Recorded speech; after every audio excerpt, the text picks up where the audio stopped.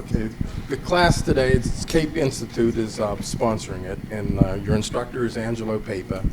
It's on professional collaboration and community leadership. And I guess it's going to be a long one, so Angelo will make it interesting. You don't have to worry about that. I think he's checking the pastry guy. But anyway, he'll be up here in a second. Get started here. Very good. You are in a class, a professional class. There are several types of classes we do. We have classes for lay people. We have classes for, what classes would be for lay people? For example, how to live with as a son, daughter of, father of, parent of, somebody who has a substance abuse problem. It's called codependency, basically, okay? We have like regular lay classes for that. We also have Act 48 classes. Are there any teachers in here or former teachers? I was a former teacher. I was a former assistant principal. None of those either, okay? So we have Act 48 hours, okay? And then we have CLEs. Of course, you experience that right now. And we have CMEs and various other counselor designation programs. We are also right now experimenting with, and we are very close to having a college-level course curriculum, which I guess curriculum would imply more than one course, and it would certainly be that. Online courses for some of the stuff you're going to hear in here today.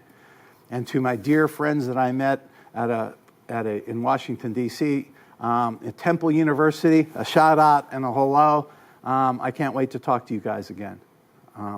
Now, Dante, I'm giving you the little flashing light there. We're going to go off for a second, okay? Okay, the book. Did each of you get your book? Okay? Now, you know you don't have it in your hand, and that's okay, because we're not going to have you go to page 12 and back and forth. But the book has been emailed to you or will be emailed to you. Has anybody had the book emailed to them? No. Thank you. So we know it works. And if you didn't, you make sure you let them know. They'll get it to you. Now, the book itself, I teach several classes, but this one is my favorite, and it's called Continuing Legal Education, Substance Abuse, ELM. We'll get in later what ELM means, okay?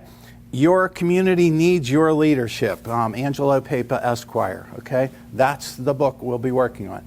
I might even be, yes, sir? Just a minor... Sure. Did I spell something wrong? Yeah, there's a typo in your footers. Substance. I see that. Substen instead of since. Thank you. I appreciate that. That's been there probably for 5 years, okay? I'm going to circle that. By the way, that's a very nice thing you did. When you find something else, just do it, okay? Great. Okay, so now that's the book. And let's begin without the book first. First of all, what's in a name? What's in a logo? Well, I don't know if anything is, but I do know that the ones that are associated with what we're doing are chosen deliberately. And there's a lot that we're trying to say, and someday, hopefully, that we brand it. Our goal is to someday have people all over recognize that. And hopefully, we will have earned that. The first thing we're going to do is explain to you why we chose that. It's otherwise not compelling. SACS. I mean, I still hate how somebody says SACS. It's all kind of, just doesn't do anything for me. But it's what it is. And it's purposefully done. The first thing I found out from people a long time ago is that you can have something that sounds very sexy, but if it does not what? Communicate, it's probably not a good idea. So we first wanted to let you or the reader or people that are involved with us to know what it is that is the topic of our discussion. The topic of our discussion is substance abuse. It doesn't say alcohol. It doesn't say opiates.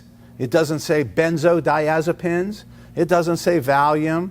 It doesn't say buprenorphine or methadone. It says substance abuse. Okay? And substance abuse By the way, can you share this with me, young lady back there, that I won my whole class admiration because you're on the food detail, right? Yes. Yes. Okay. So what we're going to do is we're going to do like nachos with like cheese and salsa and sour cream and Good to go. and stuff like that. Okay. And again, you feel free to go. I have to keep them awake until 9. Yes. Our secret, though, I don't have to keep you awake and completely till 9, right? Okay. All right. So, we're in this together, right? Come on, let's do it together. We'll have some fun. Okay, so substance abuse, okay? And here's who we are. We have drawn a crosshair, a bead. Our mortal enemy is anything, substance-wise, that robs a person of their conscious decision-making choice selections. Now, one thing I know about you're lawyers. One thing I know about lawyers is that lawyers have a little bit of a chip on their shoulder, especially when somebody is trying to take somebody's freedom away from them or somebody. Even when I talk to kids in high school, I'll ask them, when's the last time your mother yelled at you, take the garbage out? And of course, after they get to trust me a little bit, they raise their hands. And I'll say, did that make you angry? And they're not sure. I'll say, how about it when your mother said, I said now. I don't care what you're doing. See how the difference is? I want right now. It's dictatorial. It's a freedom robber. So what I'm saying is that's the chip. So we know that some of these drugs I introduced you to, including legally prescribed medications, literally are more freedom robbing than any of the famous dictators who now rest on the ash heap of history. And they're a hell of a lot better at it too, because we're talking 24/7, no choice, no freedom, okay? So that's what the first 2 letters are about. The second letter is really a gigantic, heavily laden letter that seems innocent enough, but it's not. It's called coalition, okay? Some of you out here, is there any lawyers out here that actually accept referrals or refer cases out? I mean, I have. I'm going to quit asking for shows of hands because I know you're not into it yet. Okay. So that means that you're working with somebody else. Now, I don't know if you know this, but I'm pretty sure in Ohio, if you collaborated with another attorney and referred something out, you're not allowed to share the fee. Okay? A lot of states, and I know even our state that doesn't have a specific rule on it yet that I'm aware of, want to make sure that you have an active role in the case. Okay? In all jurisdictions, it seems pretty obvious that if you refer out, you need to and you're sharing the fee, you need to let the client know. Now, playing devil's advocate, why would we want to want to let the client know? Well, for starters, I referred him to somebody and I told him, this guy's the greatest thing since sliced bread. Well, I think the client should know that I'm getting paid. That's why I said he's the greatest thing since sliced bread. See, well, it's just commonsensical. Everything we do, by the way, and especially in what we're about to do and learn here, we want to always make sure that the client is aware of. And I can tell you this, that although this is not my practice management class, the most powerful, most important piece of equipment in my entire office, and probably if I called it, it's like an employee.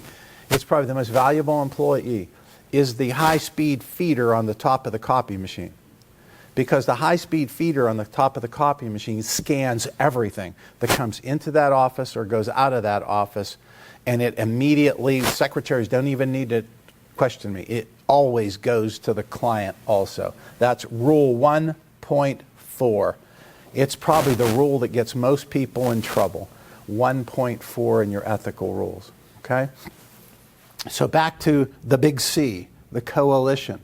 Okay, the coalition implies that there is an independence among the participants.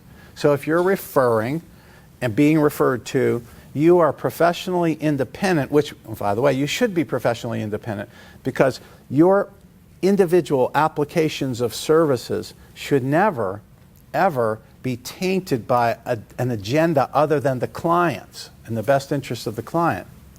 So if we're doing a good yes, sir? What was the rule that you said was violated and why? 1.4, failure to communicate to your client. Okay. And I think if you have a high-speed scanner like mine and your secretaries know to send everything to the client, I tell people when I hire them, when they hire me, that you will have a parallel file. Everything, without exception, that comes into this office or goes out of this office related to your file will also be sent to you almost the same time. Interesting practice. It surprises me that you say that that's interesting. Let's talk about that for a second. And can we go off here? Because I like it when we got something, when we got all... I know what happens then. Gretzky, right? You miss 100% of the shots you never took. It's okay. I just want you to know that this is going to guarantee you that you're taking a shot, and I'm going to work hard for you. No guarantee other than that. So anyway, having said that, I think it's like probably a great way to work in another ethical thing for you guys. And I'm going to jump into the book here.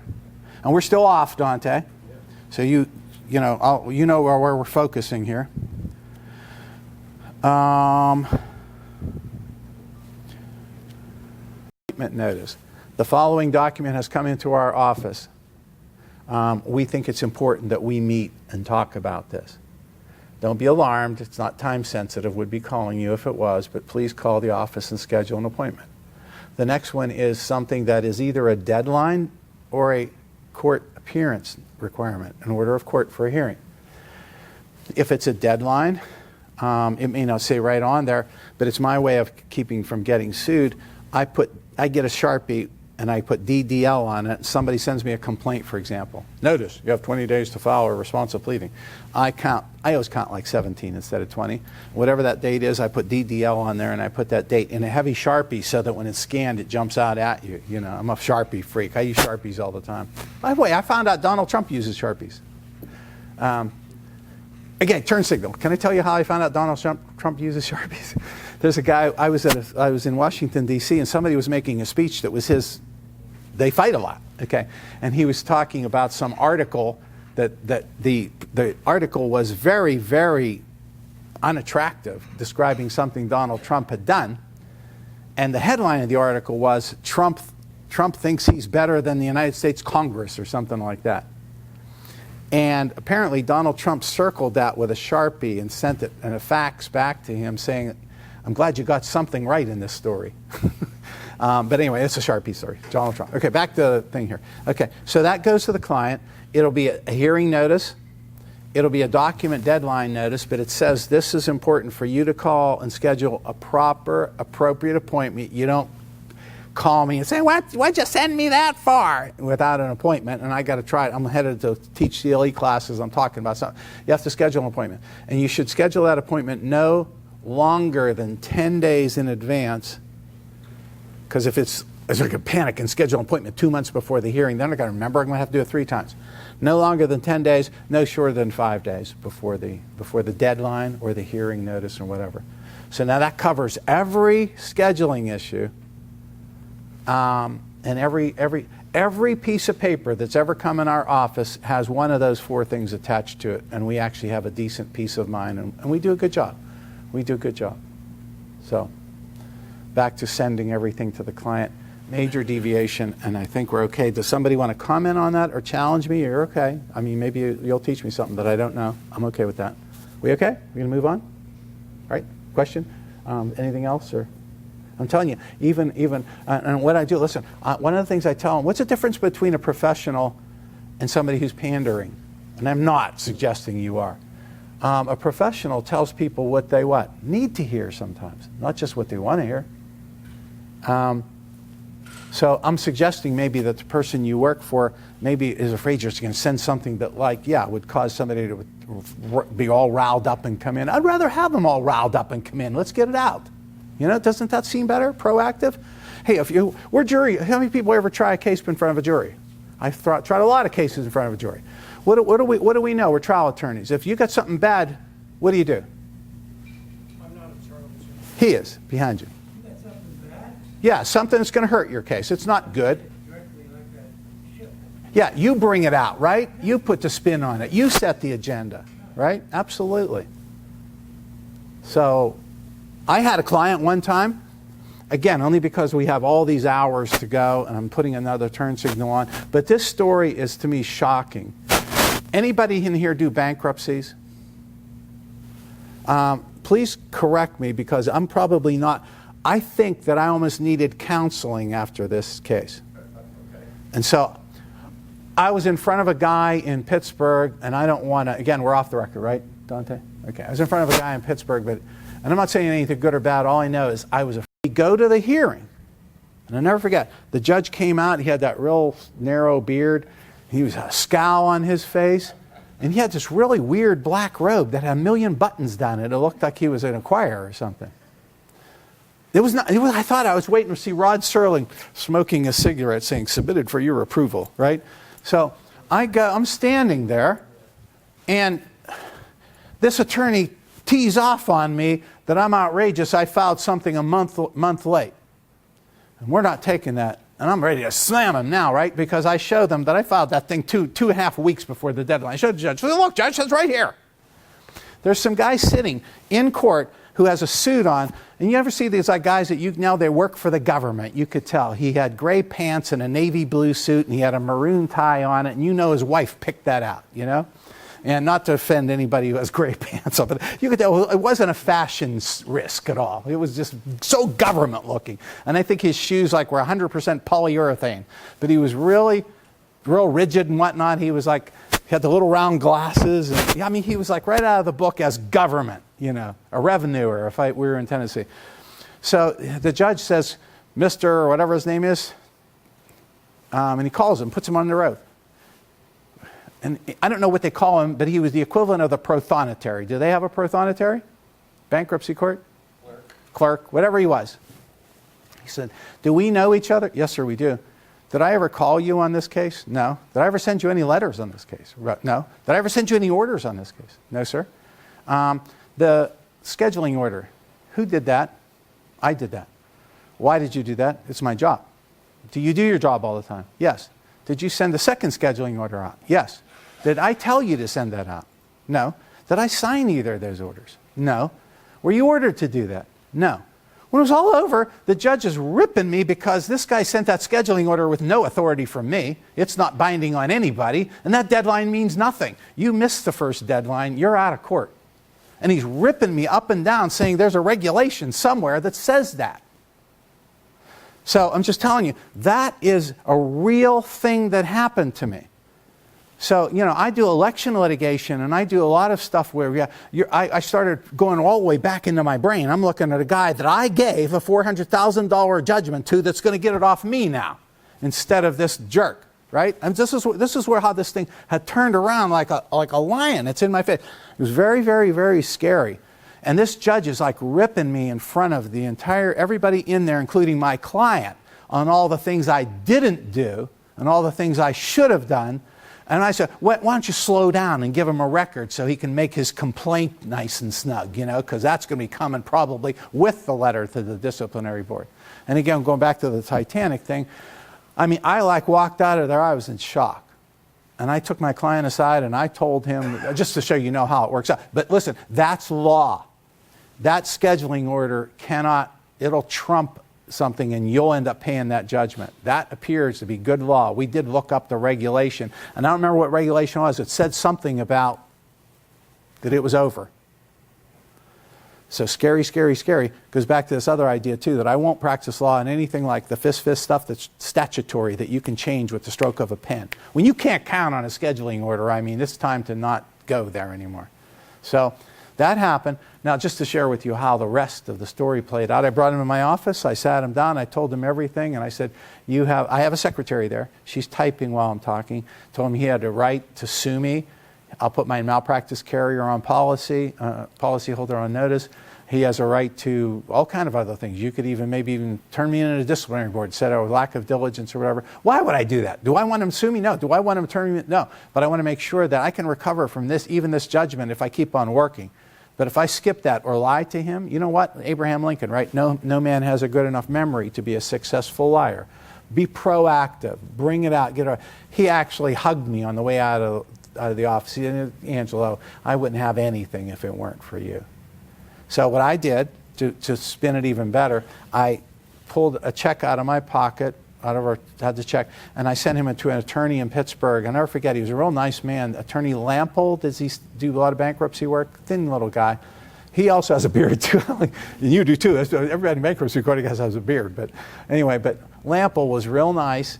I paid him $1,500. I said, I'm paying for his retainer. I don't know where it's going to go. Maybe I'll end up paying you to try to save this judgment or something, file an appeal. But I'm smart enough now to go to somebody who knows the law. And he took him aside and he showed him that it was almost impossible to ever get money off this guy, even if he could save the claim. He doesn't even live here anymore. He's in Florida. He's that. And I lost $1,500, but I slept like a baby that night.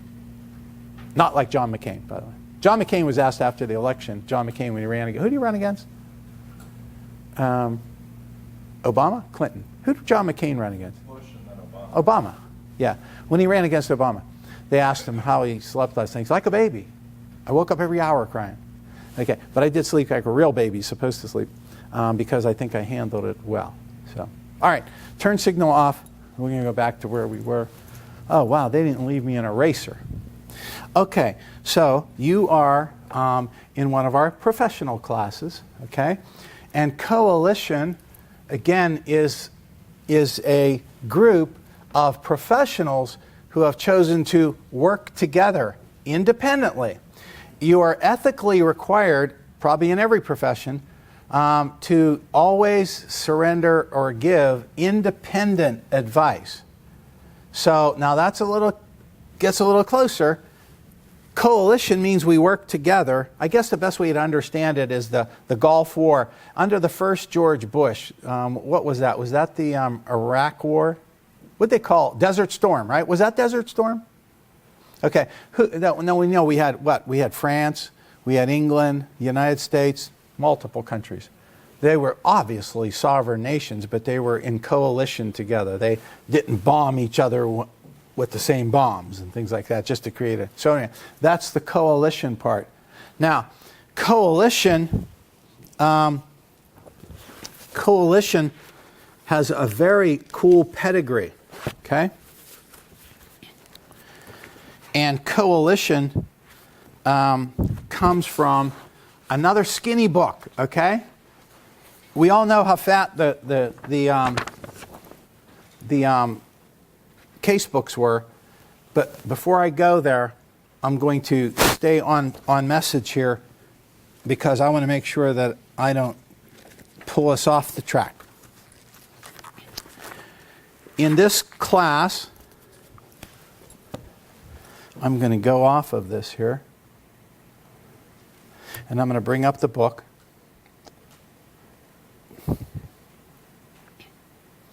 If I can find it.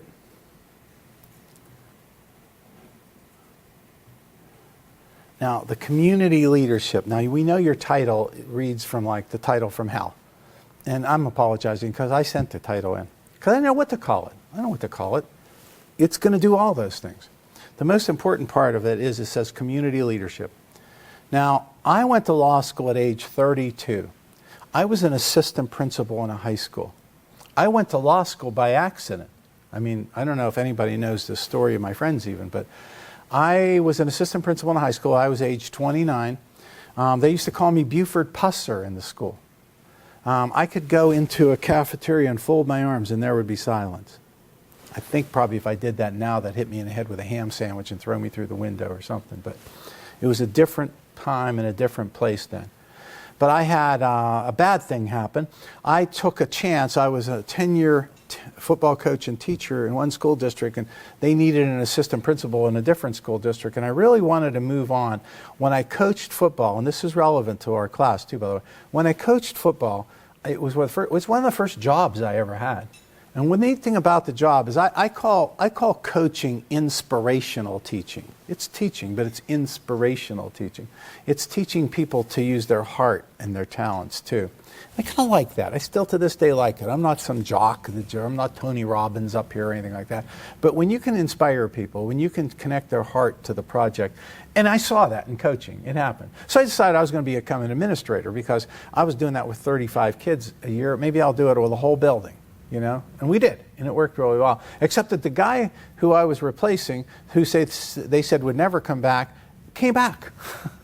And I was married, had kids, and I had to go home. And when I couldn't quit pretending anymore, eventually I had to level that they told me I don't have a job anymore in June. Okay, so after I quit moping a little bit and feeling sorry for myself because it wasn't right. I mean, I did a great job. I mean, I was good. I mean, I'm not saying I'm, but I was good. So I decided I'm going to go get a PhD. And I called Akron University, which is close to us and where I live. It's an hour away from you guys. And Akron University had a doctor program. I was going to be a superintendent, and I was going to keep getting education while I was on the sideline. And the lady routed my call and asked me what my LSAT test score, and I said, my what? And I said, my LSAT test is, what do you mean? Law school admission, you can't go to night law school without law school. I said, I don't want to go to law school. I just want to, and I told her, and we giggled a little bit, but you know what? It started gnawing into my brain, law school. No school board would ever control you again. Your whole livelihood wouldn't be at the whim of those 9 geniuses, okay? And they may be geniuses in your district, I don't know. It's your call. Anyway, so I decided I was going to do it. I'll take this test and see if I can get in. Now, I can tell you, when I took the test to see if I could get in, this is how bad it was. I was not a good student in elementary school. And when we're done now, your braves going to be liable to say, yeah, he was right. Okay. When I was not a good student in elementary school. I was the youngest of 3 kids, and parents argued a lot. When parents argue a lot and it's 2 a.m, you sometimes tend to sit outside the door in a coal furnace house at the time, freezing to death, sure that if you don't sit there, one of them's going to kill each other. Okay. It was not a good time for me, okay? But I survived it. My mom and dad had a lot of good things they gave us. And biggest one was the work ethic, the W-E, anyway. So eventually, I was not a good student, though. My guidance counselor in high school, and I can tell you this, it remains as clear as a bell to me. The high school is about, 2 blocks away from our mansion where our law office is at. He said to my mom and dad, the Pepas are all smart, but he's not one of them. Look at his grades. Don't waste your time on him in college. And my mom, all the way home, was crying on the front seat of the car. My father, at every red light, tried to punch me, and she was yelling in Italian, "Lascio e," which means "let him alone." And so I played football, though. When you have a big heart, and that's an avenue. Back then, Newcastle was a different town, 740 kids in my graduating class. We beat maybe one of your schools, Mount Lebanon and Pitt Stadium, when they still had real dirt. They didn't have quad A back then. They had triple A, and we were the highest, on 11-yard line. I'll never forget the 11-yard line. It was 2nd and 4. We were winning 20-14, and they were this close to scoring. We were out of gas. They were bigger, I think, and probably better. And I remember making the last tackle and hearing that scoreboard go to 0. And it was something that I learned at that moment in time in my life, that it's so cool when you dedicate yourself to something and it works, okay?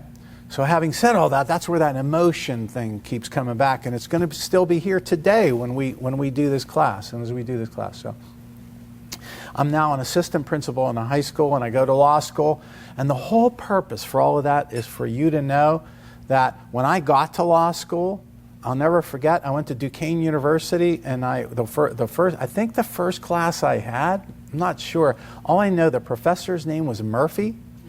They used to call him Murph, and he taught process and procedure. Remember Mullane Shoe, International something, and Penoyer versus Neff? I'm amazed. Remember how he used to walk into the room like this? And I thought he passed away 2 weeks before and didn't know it or something, but he was so, The Paper Chase. What was that movie with Hauser or something? And I'm sure the speech came somewhere along the line. If you look to your right, you look to your left, below and beyond, those people aren't going to be here next semester. Well, I'm counting 4 people aren't going to be here next semester. The Papers aren't smart. He's not one of them. The Papers are, I'm thinking, I'm a betting man. There's no way I'm going to be one of those people still here. So I was afraid from the minute and time I started. I was a grown man at age 32. And I kid you not, I hand briefed every case in every class. And then somebody told me about canned briefs. And I was afraid that somebody who wrote the canned brief might be certainly be smarter than me, right? So I used to get the canned brief and compare it. And when it didn't agree, I wrote what the canned brief said in addition to what my brief said. And I synthesized the notes, and then I was shown an outline. Emmanuel, right? Gilbert's.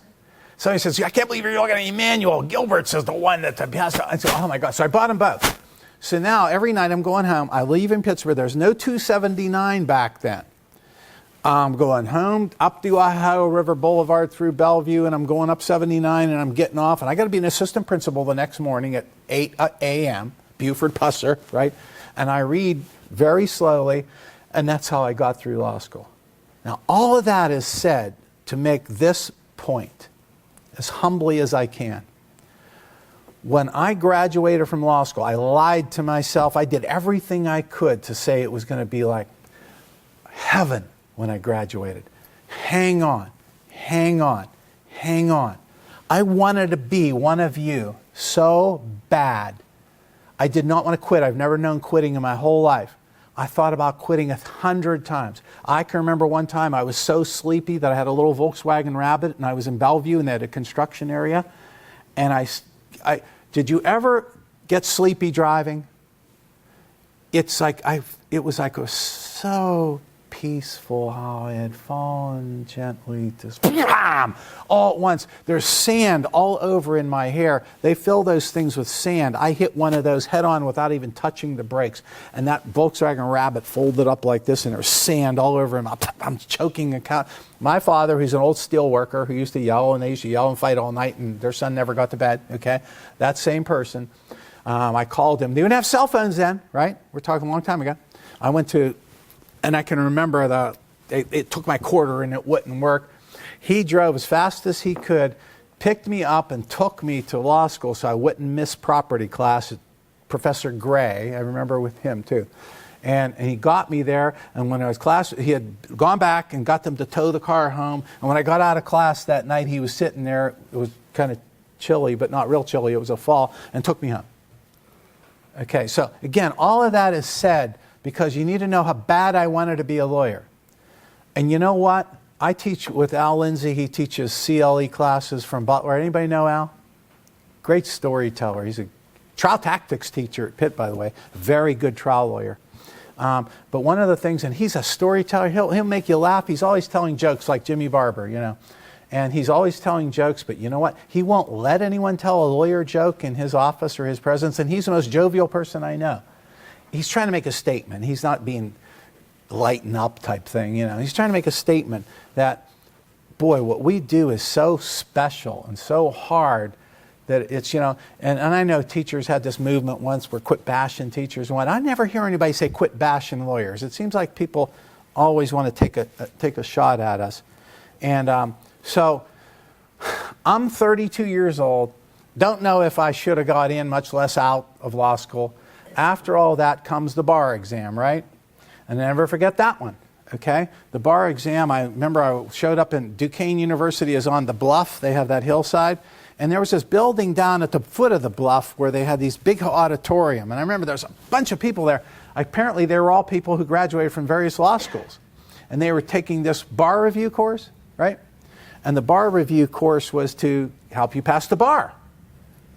All of that, the crashed Volkswagen, the missed times with my family, the kids crying, a marriage that will never recover from any of that, all of that, and I'm still not allowed to do it until I pass this test. I mean, it's starting to get a little bit crazy now. In my mind, this is getting really, really weird. Now, the thing that helped me, I want to go back to Pennoyer versus Neff.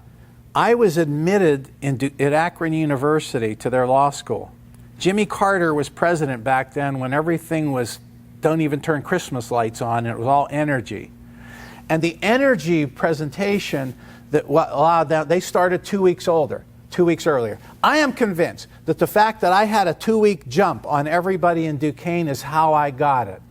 I remember like it was yesterday when Murph was going on about Pennoyer versus Neff. I got it. They're trying to make you lose track of where you are.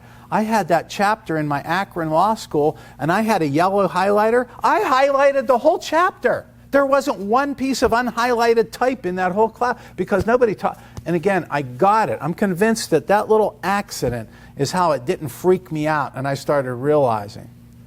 I'm a movie person too, and I'm putting a little turn signal on it. Patton. Anybody ever see the movie Patton with George C. Scott? I think George C. Scott is one of the most brilliant actors that ever acted, including the Christmas Carol and whatnot. But in the Tanzarea Pass where they fought the Nazis and Rommel? Tanzarea?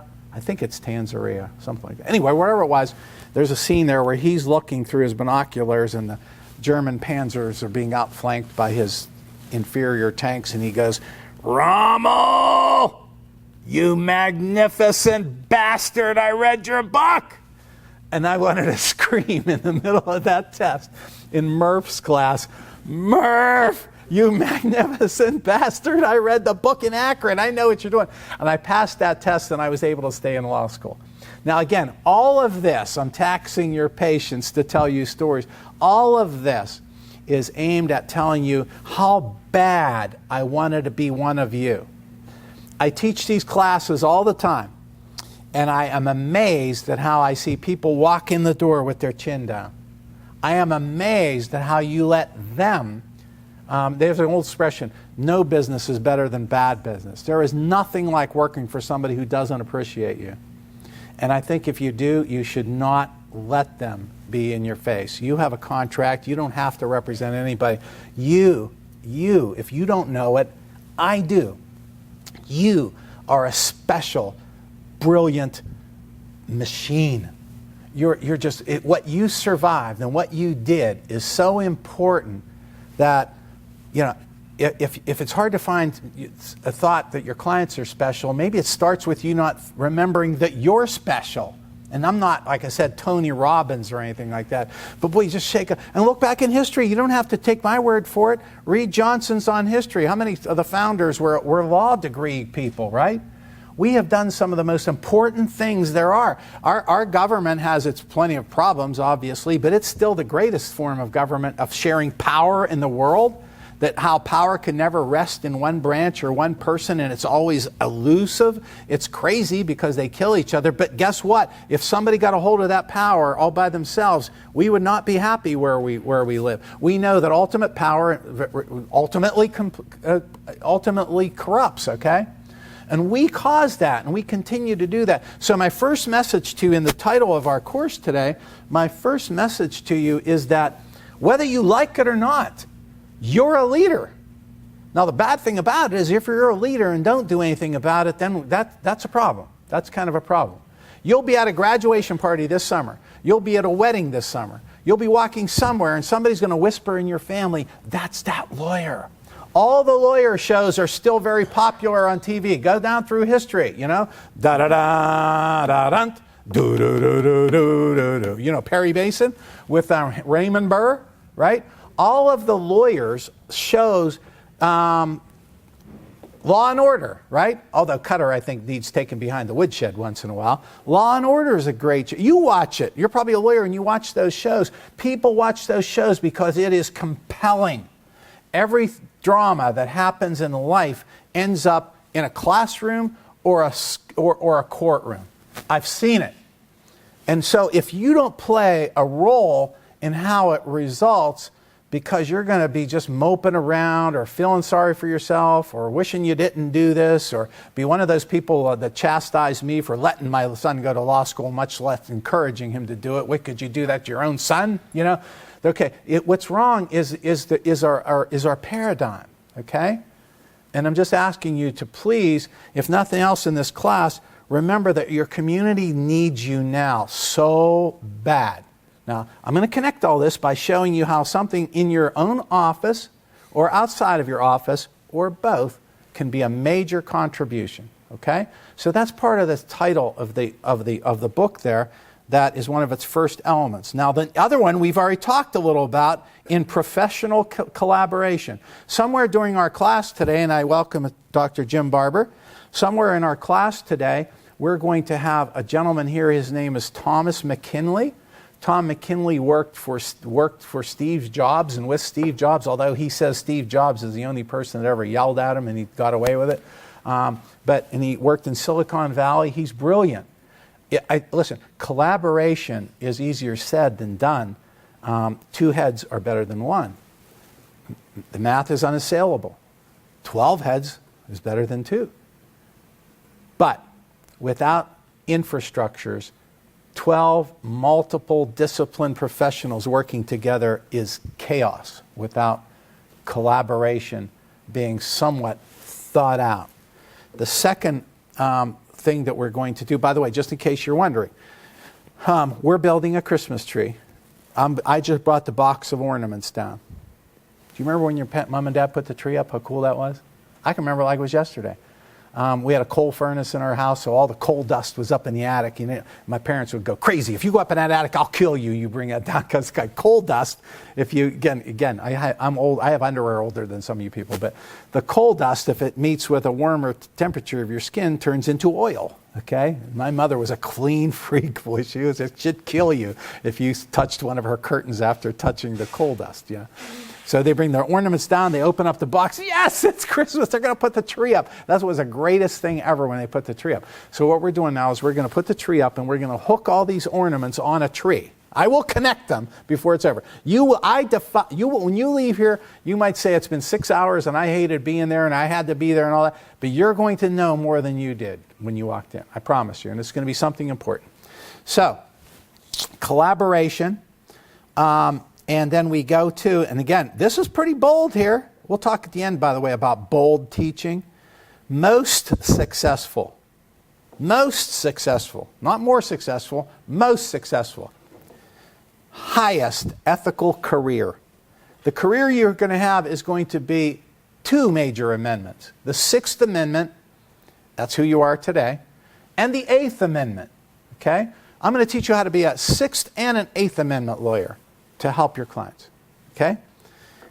And then I even passed out a little work product there to show you how lucrative it can be. For compensation. Anytime I talk about payment of any sort in here, the functional word is compensation, not gouging, not taking advantage of somebody, not selling fear or anything. It is compensation to make up for what you should or could have got elsewhere. That compensation, respectfully, is enough to walk the beaches of the world and do a very, very good job. Okay?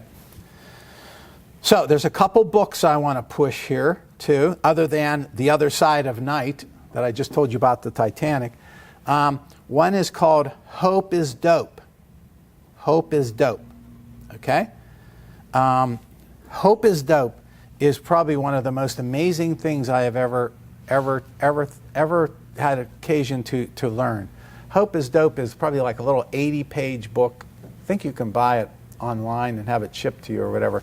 But Hope is Dope talks about the endogenous morphine system. Dr. Barber taught me that, an endogenous morphine system. And Dr. Barber is going to help us teach class, and because he stopped in earlier than I thought, with your indulgence, I'm going to interrupt where I'm at on my class here, and I'm going to go to Dr. Barber just to give you a little doctor's conversation about what endogenous morphine is.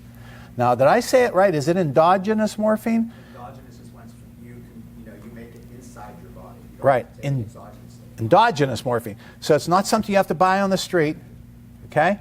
And I always used to tell people that you can get high on life. We're here for substance abuse. Now, most of the people you will meet, and most of the people you know, including you, are not alcoholics or addicts. They're not. Most of them aren't.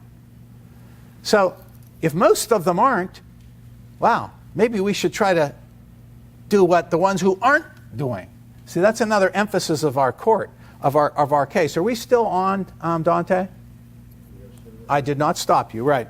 So I want to bring something to your attention here that, and I'm okay, I'm still in the lens? I need to give you time to catch up, right? I'm an old public school teacher. So in public school, we know that the law requires you to go to school. So when I coached football, and I started in the junior high school, I used to lean on the front door of the school building, and when somebody walked in and they hit my arm, I knew they were tall enough that I want to talk to them about playing football. I was the football coach. So it is said, or it has been said, that out of a population of everybody who's required to walk in that building,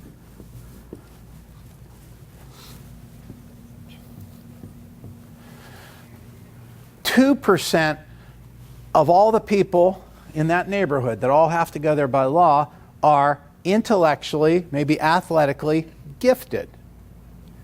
2% are maybe physically, academically special needs. Okay? And I'm going to take you back to the time when some teacher gave you a C on a paper you know should have been an A. Okay?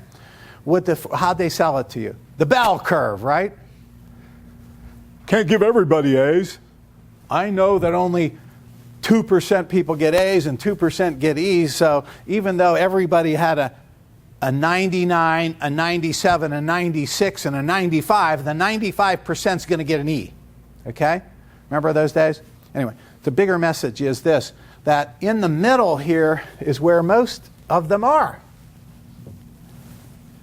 So we're hoping that you get it, that sometimes we aim all of our resources, sometimes we aim all of our efforts, sometimes we aim all of our tax dollars, sometimes we aim all of our professional applications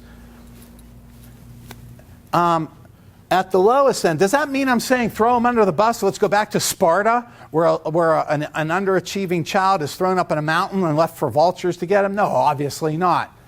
I'm saying, but I think it's become almost reversed, that we're spending all of our time on the worst part of the problem and not addressing those people who would respond readily. Okay? So when we talk about the endogenous morphine, that's where most of them are. You don't even know. And I used to stand up here I've been doing this 18 years, okay?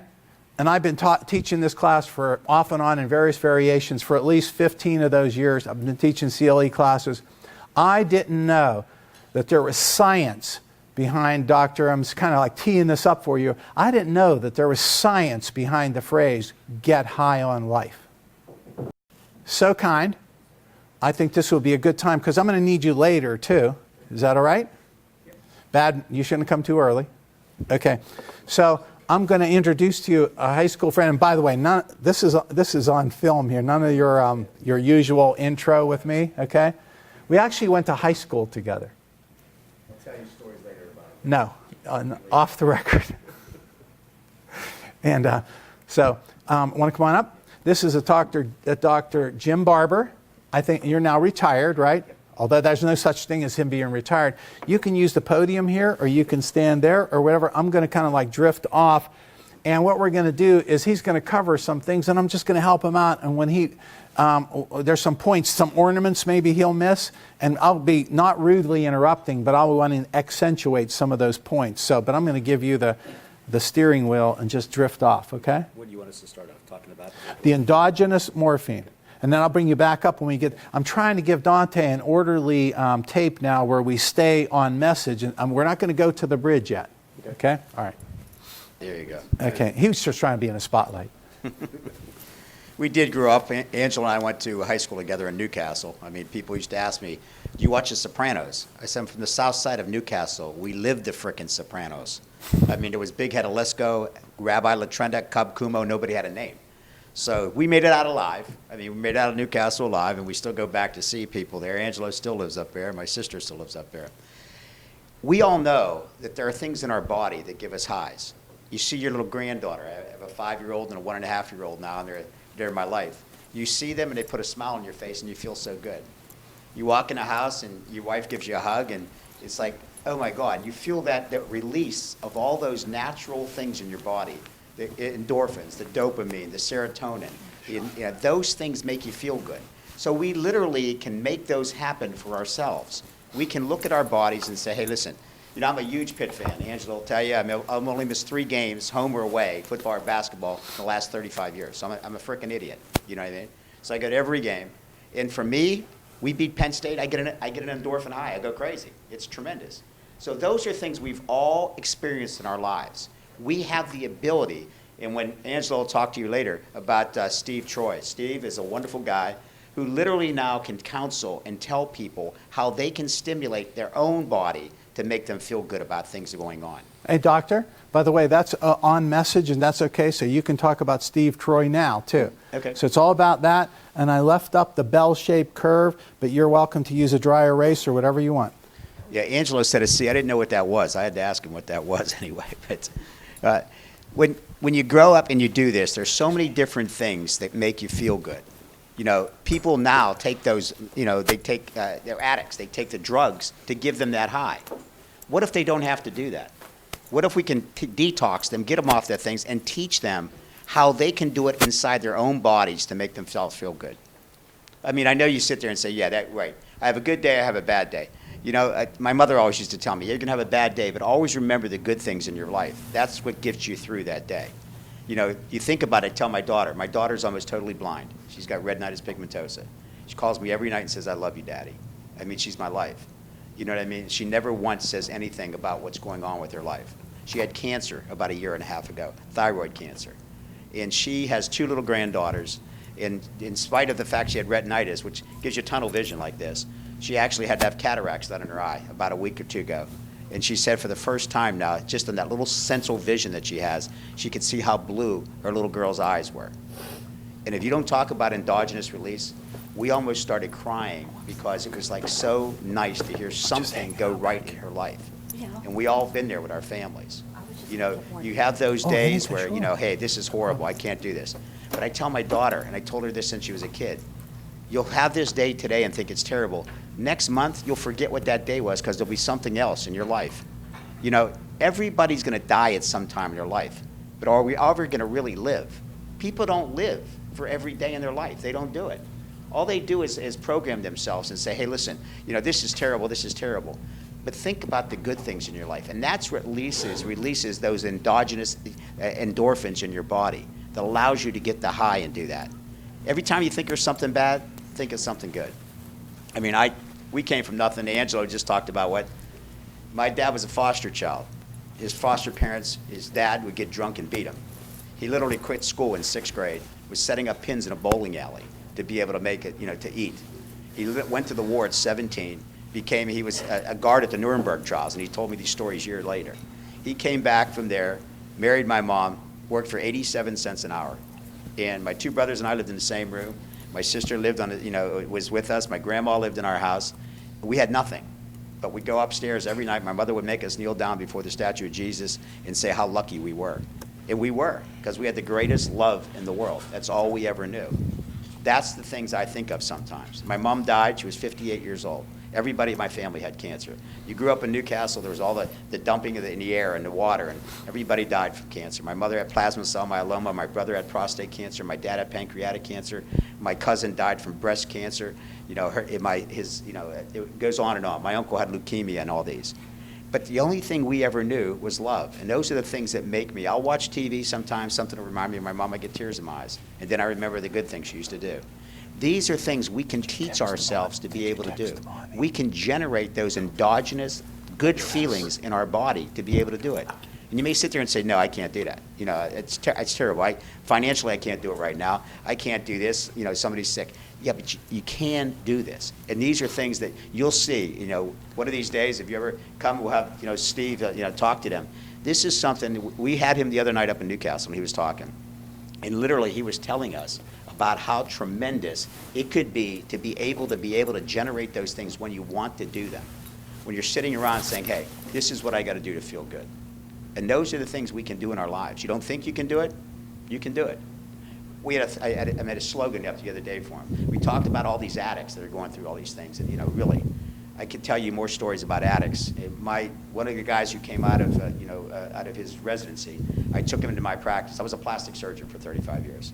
I trained out in Beverly Hills, and I'm from Newcastle. So people say, why'd you live Beverly Hills? I was out there taking care of all these movie stars, and I was a resident. I said, hey, I got to come back to Pittsburgh for 2 reasons. One, Pitt sports, and two, there's a fortune of ugly people back here. Yeah, my wife smacks me when I say that too. But I love it back here. These are the people that I grew up with, and these are what you have to do. And we talked about it the other night. We talked about these addicts who are going all through these things in their families. The guy that I took into my practice, plastic surgeon here in Pittsburgh, he told me he and his sister were going up to New York. They went up to New York, and they went to visit his nephew, his sister's son. And they had met him at a hotel. As they walk in the hotel, there's EMTs coming out with a gurney with a body on it. His nephew had overdosed, and they were taking him out of the hospital. How do you get over that? Good friend of mine who played with the Pittsburgh Penguins for years. He was married to a young lady. She was a physical therapist. She became an alcoholic. Basically, they ended up getting divorced. They were still, friends. She did something crazy, stealing stuff. She was in prison, and they had a bail, but they didn't want to bail her out because I figured they could detox her there. She hung herself in prison and killed herself. These are things you never, ever, ever think about.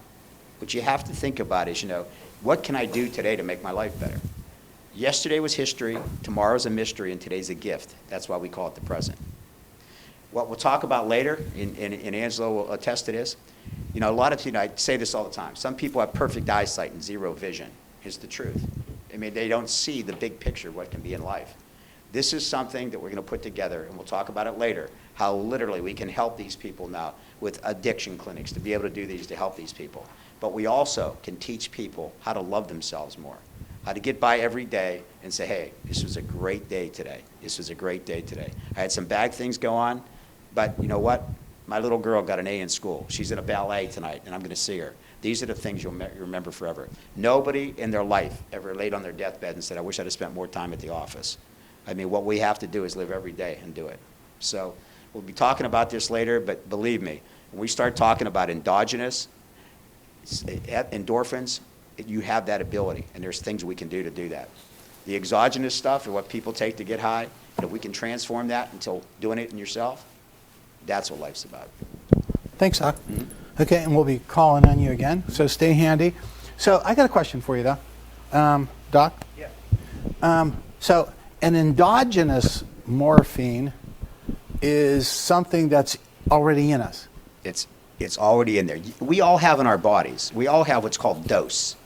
Dopamine, oxytocin, serotonin, and endorphins. So let me get this straight. I want to make sure that our cameraman gets the dry erase board, because this is an educable moment, okay? When you're teaching school, they call those educable moments. When you're a jury trial lawyer, they call them someone's listening to you. Take advantage of that. And the lens, Dante, I want to make sure that we get this. And Doc, I'm just gonna ask you without all of the medical lingo jingo, okay? Yeah. Boiling it down. Can you come up here with me a little bit? You can bring the mic. The cord's long enough. Okay. So, generally speaking, in the brain, there are receptors, and I'm just making that look kind of like a satellite dish, Yep. okay? So that receptor, if an endogenous morphine would go to that receptor? It plugs in that receptor. Okay, so it sits on that receptor, Yep. and that receptor, again, through the axons and dendrites or whatever, shoots off something, and it releases what? Releases endorphins. Okay, so it releases an endorphin. Now, I think, again, for us, we're attorneys, okay? Yeah. We would never aspire to be as intelligent as a doctor. Kidding? Okay. This is a tough crowd. They've been here, so and they knew they got the rest of the night, so you got to... They're going like this, going, what is it over now? Okay. If any of you pass away, we'll notify your family. By the way, you want to cut some of that out, Dante. But anyway, so what happens is when that sits on that receptor in the normal process, an endorphin is released, and generally speaking, I know you're probably, we feel good. Yeah. Okay? I want to make sure you got that. Dante? An endogenous morphine is released. It sits on a receptor. The receptor responds. The response releases an endorphin, right? Yep. So where does the endorphin go? Does it go to a receptor too? It just feels better, right? Yes, it gives you that feeling. Okay, very good. And again, there's a lot more complications to that. I am not a doctor and he is, but I do want us to be able to get at least a picture. It's just plugging in. What it's doing is plugging it in and telling you, hey, you've got this feeling right now. Okay, so now let's go for it. What's something that's not endogenous? It's Vicodin. What's that called? That's called an exogenous. Okay, hold on. stimulant. Yeah. I want to make sure I got this straight. EXO This and ENDO. this first example is ENDO. Yep. And the- Endo, inside- endogenous. Inside is endo. And the other one outside is exo. Exo. Okay? So exo is a bad thing. Okay? We're going to tell you about how it's bad. But when an exogenous? Exogenous. Exogenous? Okay. When an exogenous Vicodin lands on a receptor, it also causes an endorphin to be produced, but it's a fake endorphin, quite frankly.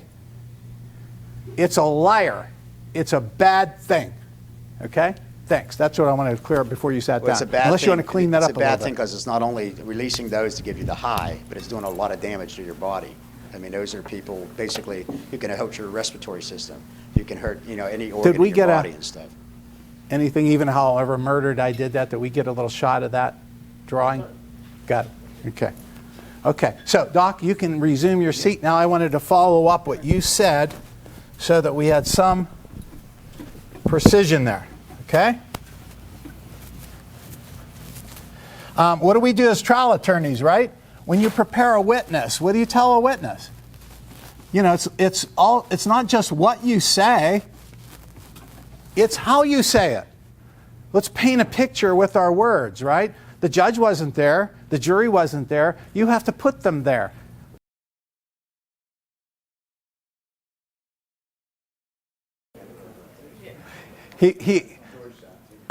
Before we get started, just to kind of like warm you up again, I didn't tell you the Volusia County story, did I? I'm not going to make you listen to that again if I already told you. I liked it. You liked it? Are you serious? Okay, listen, because we're talking about crazy jurisdictions, I got to tell you another turn signal here. Anybody here file pro hoc vici, right? You're in another state, you have to file pro hoc vici. I filed pro hoc vici. I got a client who's the judge is going to put her in jail because she keeps on keeping her kid from going to back from custody. I don't know how it was primary physical custody, but he had primary physical custody. It was a sad case. He was a gigantic guy that used to beat up his spouse all the time. So in Volusia County, okay? Hey guys, if we're going to do this, we have to actually, even my corny stories, you have to be with me, okay? I used to teach school. I call on people. Anyway, so are you with me? Okay, Volusia County. Anybody in here being Volusia County? Florida is a very touristy, Walt Disney, but there's also a backwoodsy place, okay? So I go running into court. The judge already told her to make sure you make arrangements not to be flying home because he had it up to here. She's going to be in contempt and she's going to jail. Judge Doyle.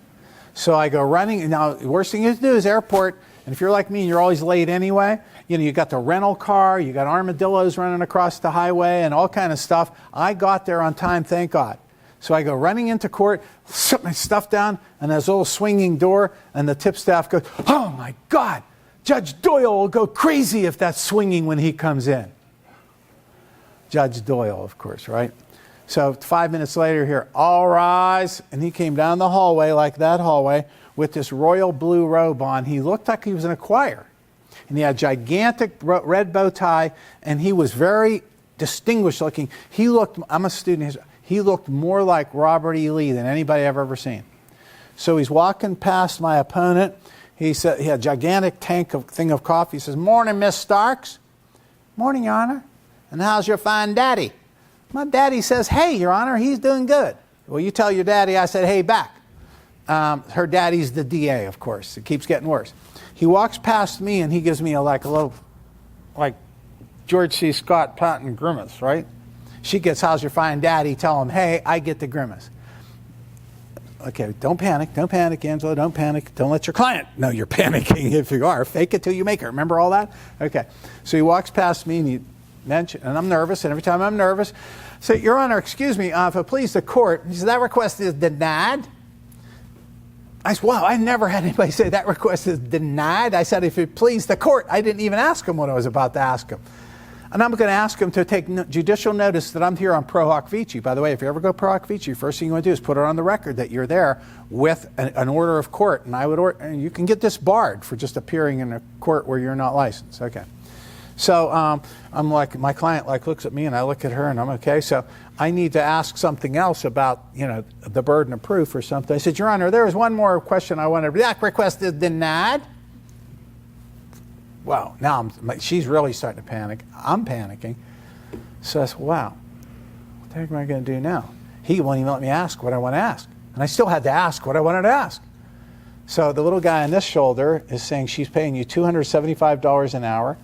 She paid you in advance. You're all she's got. Man up, stand up, do something. And the other one's standing here saying, don't be a dumbass, stay seated. Okay? We're not filming yet, right? Okay. You might want to edit this one out.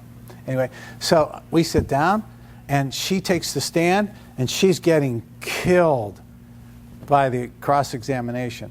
Her husband, gigantic man, is staring at her the whole time, like laughing and smirking at her and stuff, and she's like locked onto him. She doesn't remember anything she was supposed to say during her testimony. So the struggle is going on from right to left, each side. Don't stand up, don't stand up, stand up. And I felt like somebody grabbed me by my necktie and stood me up. I don't know if it happened or not. All I know is I was standing. And so I've been clocked by court reporters at 2:20 a minute. I said, Your Honor, if it please the court, is there a matter of justice that's being attacked here? He is staring at her, laughing at her. He keeps on laughing at her, and he's frustrating the administration and fairness of it and testimony and all that stuff like that. I said it, and I sat down, right? He couldn't say that's denied yet. So he did like in that movie, Planes, Trains, and Automobiles. Remember that movie? Remember the guy sitting there, and he leans up, and he leans back, and he leans up. The judge leaned up. He goes, Gladys, take this order. Gladys is taking everything down. She's a court reporter with a ballpoint pen and a tablet. They don't have machines down there. And now this 19th day of November in the year of our Lord 1999, in the county of Lucia, state of Florida, readmitted to the Union by Act of Reconstruction in 1872, it is hereby ordered, adjudged, and decreed that there will be no more smiling in this courtroom the rest of the day. And he stops and he looks at me and says, does that satisfy you, Mr. Pepe? Yes, Your Honor. You take it where you can get your victory. Right? Thank you, Your Honor. I appreciate the court's intervention. And I sat down there. She thought by then I graduated from Detective Magazine, right? And she didn't go to jail, by the way, but that's my little turn signal on pro hoc vici, and that request is denied. Okay, now let's go back to business, okay? So you want to take a look at where you're at? That will not be on the, all right.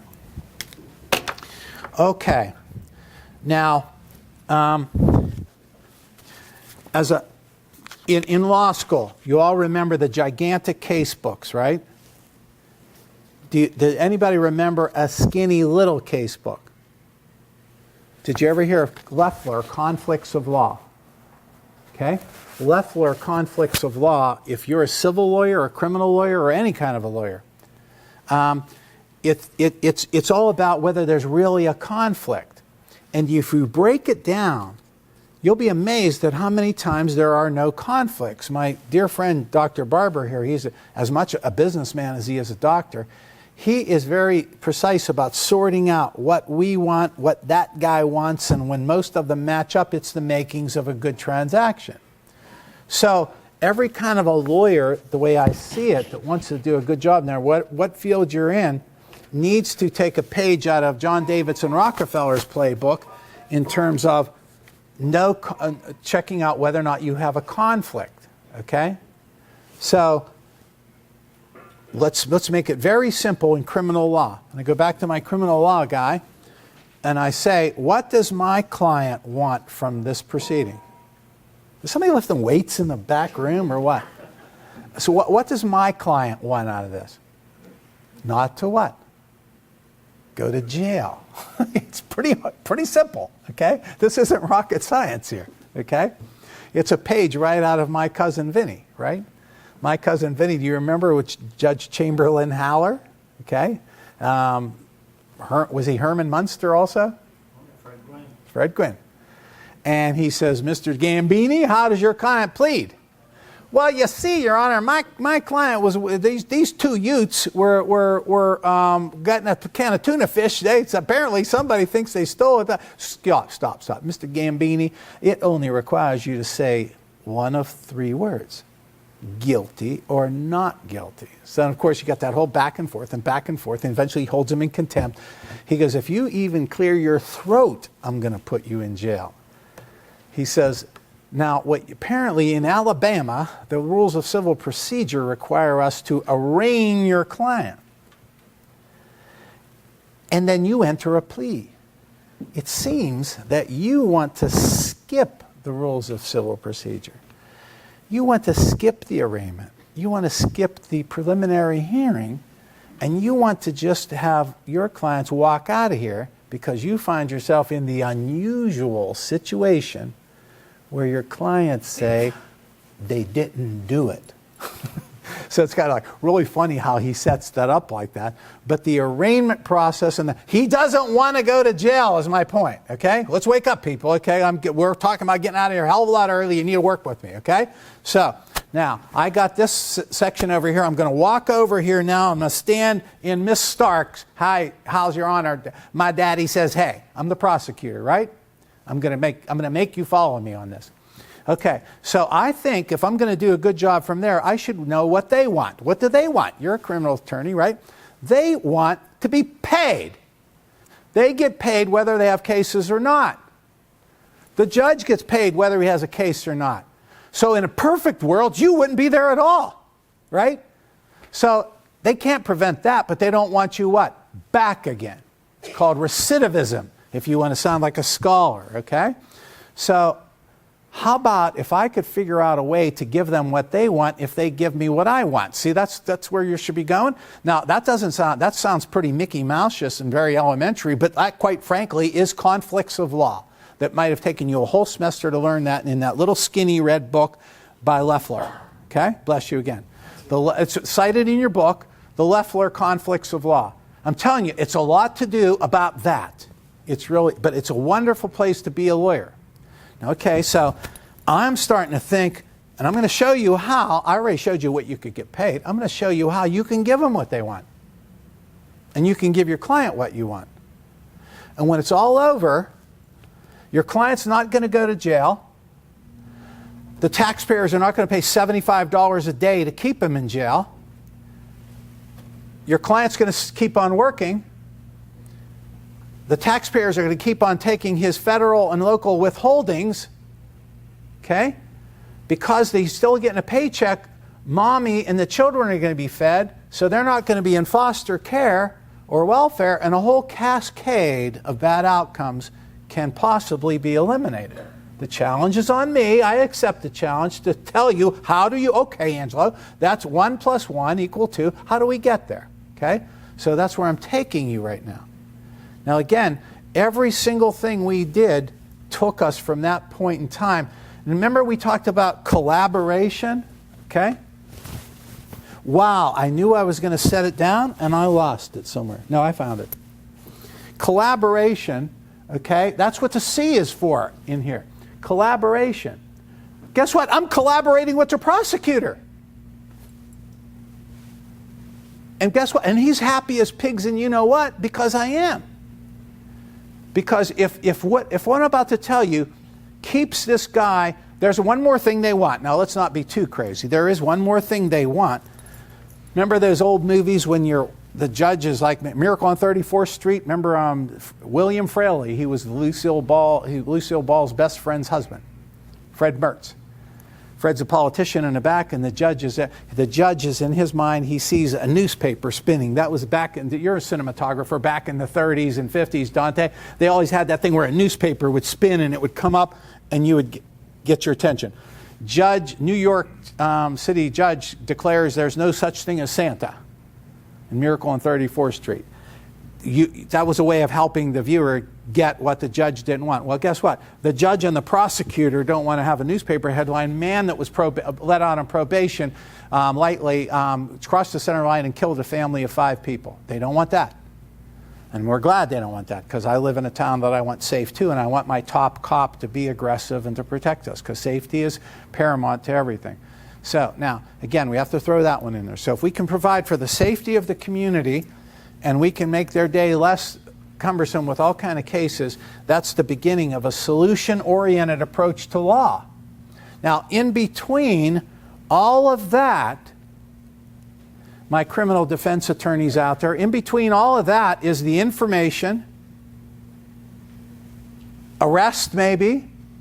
Who's that guy that got arrested in politics recently where they had 59 SWAT people knocking down the door and hauled him out in handcuffs? Who was that? It was a political arrest. You know, he was a friend of the Republican administration or something just recently. What was the name? Roger Stone. Roger Stone, okay? Now, I have to tell you, listen, I'm not Fox News or CNN or whatever you want to be. I'm not going there. All I'm saying is that's kind of over the top, okay? But that's part of the arrest procedure. So that might be in front of us. Eventually somebody being arraigned in front of the magistrate, a sufficiency hearing, a bill of particulars, a discovery request, a pretrial omnibus hearing, 2 or 3 continuances, a hearing. The case is bound over. Now we know there's going to be some charges left, and then what happens? We now get into call to trial, right? Every month, after about 3 months, they start calling you back and sit there in court, and now you're negotiating a plea arrangement, okay? And eventually you will either go to trial or you will plead, okay? That's a lot of boxes filled in that fee schedule I have you there. That's going to be very expensive. And that person's going to be stuck doing that. So again, if we could arrest that process and get to the end, wouldn't that be okay? Now, I don't expect you to believe me, I can. I'm just asking you, wouldn't it be okay if we can? I'll earn the how we're going to do it in a minute. Okay. So skipping all of that panoply of due process rights and the threat of a criminal trial, and now you trial attorneys, this is where I'm going to help you look like a genius to your client. Now we know that the big deal with the district attorney is to, once you're past preliminary hearings and omnis and all that stuff like that, they have the call to trial. Eventually they're going to tell you, you have to pick a jury. In Allegheny County, you work in Allegheny County? I've been in Allegheny County where they send some ADA and he gives you a plea bargain and he tells you, take that, or 10 minutes from now I need to know, because they're waiting for you to start the criminal trial. They kind of do it like that eventually, right? Yeah. Still have some pretrial conferences maybe like that, blah, blah, blah. So again, that's a lot of pressure there, and your client's never going to be happy no matter how you do that, because they were rushed into that. You didn't rush them, the DA did it. And the DA didn't do it because he's lazy or because he's not organized or because he's not efficient. He did it because he knows that's a way to get a plea bargain. They force you. That's how it works. And any criminal defense attorney obviously prepares their client for that. Now, in your book here, okay, I'm going to pull it up because I have it up. Hey, gentlemen that are with me from last time, I actually put the whole book in the computer last night when I was redoing it. This is one of the ornaments in the box we were talking about.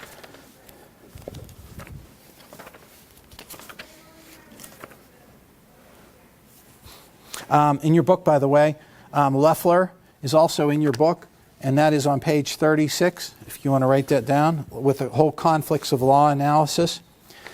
This is, to me, the coolest thing you're going to learn in here if you ever practice criminal law, or you currently do. It's page 39. Bernard Curry, Conflicts of Law, by the way. Oh, wait. It's 39 in my book, but it's different. I know because I edited it for the computer. Okay, there's your rule, guys. This is 570 Rule of Criminal Procedure. Now, this is a way to get the DA to not leverage you. Let's take a look at it. Rule 570, pretrial conference. At any time after the filing of an information, upon motion or upon its own motion, the court may order the attorney for the Commonwealth and the defense attorney or the pro se defendant to appear before it for a conference in open court, unless agreed by the defendant to be in chambers, to consider and I blew it up here, this is the big one, such other matters as may aid in the disposition of a proceeding. So if I can keep him out of jail and save the taxpayers that money, and keep the judge from having to have a plea, keep the judge from having a trial, and keep the judge from having to have a sentencing proceeding. If we go to trial and lose, you still have to be sentenced. That's another proceeding. So again, I don't expect you to say, yes, I'm with you. I'm suggesting to you, this is how you can call time out. And you can get a conference in front of a judge. When you get a conference in front of the judge, remember now, the prosecutor doesn't have to give you ARD. He doesn't have to give you a plea bargain. He doesn't have to do anything. And frankly, he doesn't have to do anything in chambers either, but they usually do something in chambers if the judge says, hey, Charlie, come on, this sounds like it makes sense to me. What do you think? Okay? So you want to definitely make sure you get in front of a judge. Now, there's several other ways to get where we're about to go in the Christmas ornament plot. There's several other ways to get here. One of them is the most popular thing to do in criminal defense when I'm talking to you about what we're supposed to do. One of the most powerful things you need to do is find a way to get in front of the judge before you're for trial. And that would be a continuance. We could do it in a bond condition. We could do it at a preliminary hearing. In Allegheny County, I've done it for years. You can go to almost any magistrate. Possession with intent to deliver. We already talked about that. It's a felony, right? It's not just possession, it's a felony. Okay, so if you have a felony charge, we know how that's a game changer in your life, and you're probably going to go to jail. So possession with intent to deliver and the felony charge, we've actually had many magistrates that if you show them what I'm about to show you, they will actually keep postponing the hearing and eventually dismiss the charges. Now, there's other ways to do that also. In the Drug Act, we have probation without verdict, right? We have disposition in lieu. So in lieu of what? Okay, we're setting up what. Now we're going into what. Okay. Now any conversation as to what needs to start with some kind of an analysis of the problem. And if you go into your book again, in the early parts of your book, you'll begin with a book I strongly recommend that you read. It's called Dreamland. Has anybody read Dreamland? Please do yourself a favor. And I'm a person who hates to read, especially if I don't have to. Dreamland is a very good read. Sam Quinones. And by the way, it's an audio book too. You could actually put it in headphones and listen to it. Dreamland traces the whole deal on our drug problem. Now, a couple important suggestions is, number one, there's a guy named Dr. Schick who in 1980 wrote one paragraph about something that didn't have anything to do with this sentence, and the sentence said it bore the title Addiction Rare in Patients Treated with Narcotics. An entire industry was patterned after that statement that is not true. It was a deliberate lie. It just wasn't true. It was never researched. It's like, what do we call that? Dicta, right? You have something in an opinion which is not part of what the court was saying. The case may be about something else. Dr. Jick,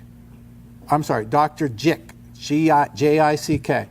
It bore the title Addiction Rare in Patients. Okay, now I want you to just leave that alone like the ornament, and I'm going to take you on a real rapid journey here. And then I want you to go back now into the 30s in World War II era. Arthur Sackler. Arthur Sackler has been called affectionately the ad man. Arthur Sackler was a gifted, to be sure, psychiatrist, fled Nazi Germany and came to America, and he started working in America, not wanting to go back to Germany. Okay? And Arthur Sackler began trying to create a sales force for pharmaceuticals. It was his idea to actually create a sales force for pharmaceuticals. And he palled up with a guy named Charles Pfizer. Anybody ever hear of that before? Pfizer? Okay, these are all infamous names now. So he and Pfizer got together, and one of his patients, and one of the grand slams they hit was teramycium. Doctor, what's teramycium? Antibiotic, right?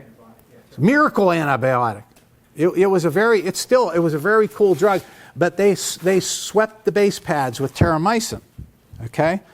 And it turns out that Sackler ends up owning the Pfizer, okay? And Sackler created something that we've seen this before. Has any attorneys in this room ever been have been practicing long enough to remember when it was illegal to advertise? Yeah, it was illegal to advertise. You might think, well, that's kind of crazy. Well, there are reasons kind of behind that. When a professional advertises, sometimes they tend to be believed more. So this may give you some illustration of how things can run amok sometimes. In the pharmaceutical advertisement, he actually started training teams of what he called detail men. Postcards directly to the doctors. Golf outings. I know from your career, in your own career, you probably were courted by pharmaceuticals sometimes, wanting you to go somewhere in some lavish hotel and whatnot and golf. And so golf outings, and none of it's improper. They weren't bribes or anything like that. But these detail men too, and again, I know back in your career, Doc, people would walk in, some attractive girl with a pinstripe work suit on, and a young man, and drop about 55 pens and a couple samples, right? With some various things. Now again, this is running so parallel to who we are and what we do. This is what we do. We're a profession, right? You're here. You may have to be here, and you wish you weren't, and you wish you would have got your credits done, but you can't get them until you leave here. But the bottom line is, it's a good thing that you have people telling you something, because we have various levels of incompetence. Sometimes we don't even know what we don't know. And I'm telling you, most of what I'm telling you, I already know. You didn't even know you didn't know this. You probably won't remember it, but you're going to be at least a level above incompetence.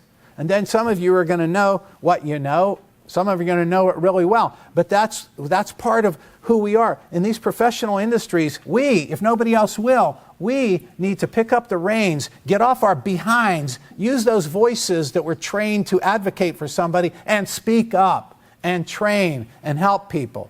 And collaborate with our brethren in the medical profession and our brothers in the education profession. Because the three peers of a community, the three professional pillars, is education, law, and medicine.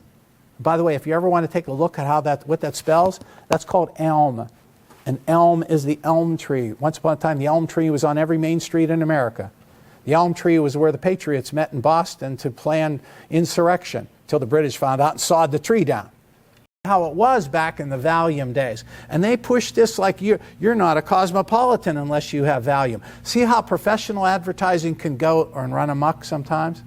This goes back to the earlier conversation we had with this young lady who's a very good attorney, you can tell, where we talked about telling your client what? What they need to hear, not just what they want to hear. So much history changed in that concept.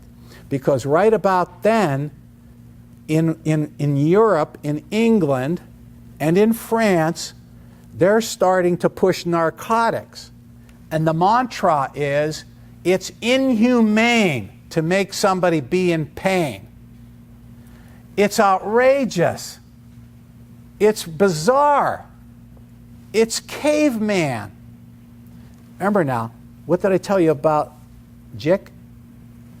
Studies have shown that they're not addicting. They stood on that twig, as thin as it was. Hundreds and hundreds and hundreds of lives were affected by that mantra. It's inhumane to make somebody hurt because narcotics are not addicting. An entire industry went that way, and we started to drift. America stood alone and tall in the face of narcotics long after Europe caved in, but then we caved in too. Your own life, you'll be able to know probably if you've been in a hospital, and the nurse comes in and says, Mr. Papa, or Mr. Pepe, or Mr. Papa, or Mr. Barber, what's your pain on a scale of 1 to 10? Have anyone ever heard or been in a hospital room when you heard the nurse come in and say, what's your pain on a scale of 1 to 10? Now that's the beginning of the pandering.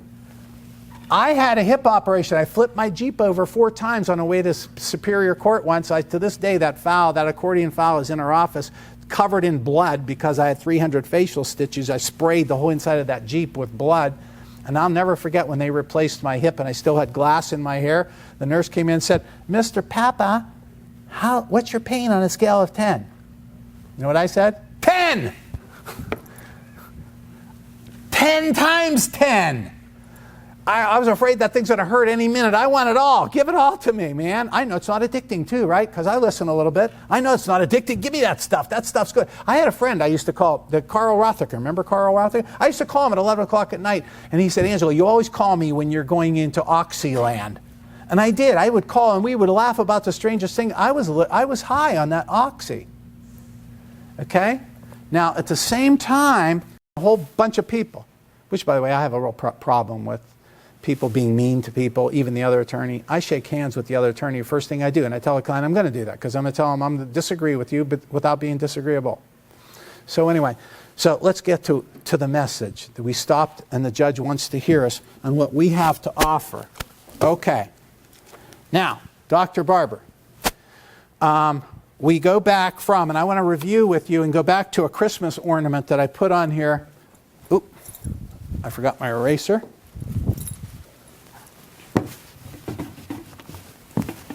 Oh, you don't want me to erase 730, do you? Got news for you. I don't want to erase it either. Okay. Doctor, you yell at me if I draw it wrong. Okay, I lost my eraser somewhere. Behind it. I see it. Okay. So, again, I'm going to make this look like a cable network, like a satellite dish, and I'm calling this a receptor. And I'm calling this morphine. It could be endogenous morphine, review, right? If it's endogenous morphine, it's something we created. Am I okay? Am I okay? Yeah. Okay, thanks.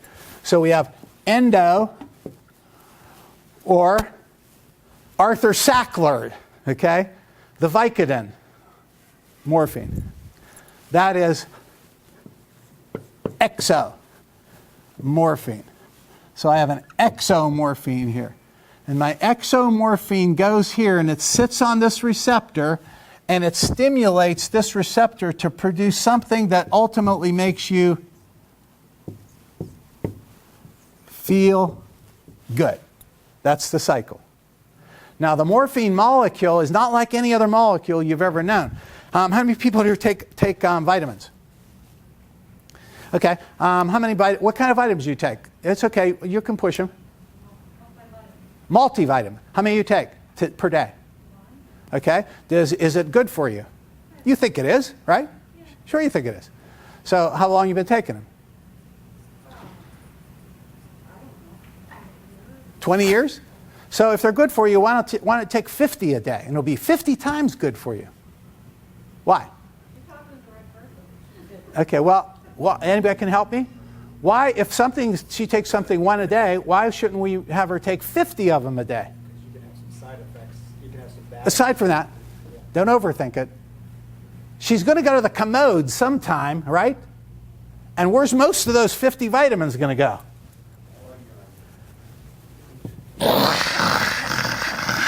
And out into wherever that goes, right? We excrete. Our body gets rid of stuff that shouldn't be in there. Very well. It's called the excretory system, right? Our body's made up of several systems. Respiratory system, circulatory system, nervous system. I know you're waiting for me to say reproductive system. I know you. And each one of those systems are made up of organs. I'm not going any further in the reproductive organs. Heart, etc. There's an excretory system that handles all this stuff for us. We don't have to think about that. You just have to have a teacher that's going to let you go to the bathroom. Okay? So, for whatever reason, the morphine molecule does not leave the body. And the more you give it, the more it gets, more it wants. You know, what's an addict's favorite drug? More. Okay? that is physiologically confirmed over and over again. So when that morphine molecule comes in and makes this happen, it makes you feel good. But there's a little unfortunate thing that goes with that, right, Doc? If it makes you feel good, is there anything bad about what it does? It's making you feel good. It's making you feel good, but if you notice, it's affecting all the other systems in your body that can make you feel bad. The respiratory system, the nervous system. There's a lot of different side effects you can have with that can really put you into danger of dying, and that's the bad side, right? And not only that, though, if this made me feel good on Monday, what do we know about Friday, Doc? You may not be here Friday to examine it. Look, if you're still here, you're going to need more of it to have the same effect, aren't you? And the thing about the exogenous types of morphines, Don't go endogenous on me yet. exo, Right. exo, that's what I said. The exogenous morphines stimulate a higher level of Feel good. feelings than you get from the endogenous ones. Okay, in but your again, body. the exos make you do more to get the same effect. It's documented. Okay. So, now, the morphine molecule is like a jealous lover, they call it. When you mess with it, it's going to punish you for not feeding it. It's a little beast. It's not like those vitamins. And it's going to punish you to make you do more. Okay? I had a case once where I had a guy possession with intent to deliver. I made my $3,500. He got his second chance, and before he could be pled downtown, he got arrested 3 more times. Now I'm telling his family that maybe he's a criminal, he's recalcitrant, maybe you should hire a public defender, and I didn't, because I didn't know anything else to tell him. Okay?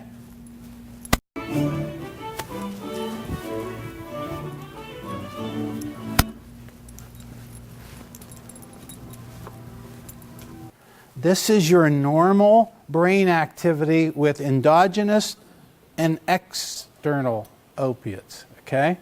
And you already heard her telling you about the same amount produces less euphoria. This is your normal problem, okay? Now, she's about to tell you something that's very important to one of our missions. She's about to talk to you about partial agonists. Partial agonists, and I don't want to go into all those medical terms. And I am not a doctor, by the way. That's why we bring doctors. There are references to alcoholism and references to drug dependence that relate clear back to the book of Proverbs in the Bible. Am I okay with you? Sounds okay? Okay. They go all the way back to the book of Proverbs in the Bible. This is not a new problem. There's writings of St. Paul that talk about priests not being drunkards, okay? So what's very important for you to understand is that there are treatment strategies, and through hundreds of years, it's all been talk therapy. If I tell Dante Ludovisi to stop that microphone, stop this filming, or if I cover this microphone with my fist, somebody's going to be watching this and watching me talk and watching my mouth move but not hearing me. My point is, talk therapy in the face of the withdrawal is like listening to a TV show without the sound. It seems to have had very little effect. Because it's had very little effect, that prosecutor and that judge doesn't believe you. You did not carry the day yet, nor should you. Now, the first medicinal intervention, that's what we call MAT, medicine-assisted treatment, occurred somewhere around 1959. Have anybody ever heard of antabuse? Antabuse is something that you take, and again, I'm not a doctor, but from what I'm telling, the body thinks it has formaldehyde poisoning or something. It immediately goes into dry heaves. Who wants to have dry heaves tonight during the wedding? Okay? No, it really doesn't work. But it was a medicinal intervention attempt. It's still out there. Some people use it. It's an accepted treatment strategy.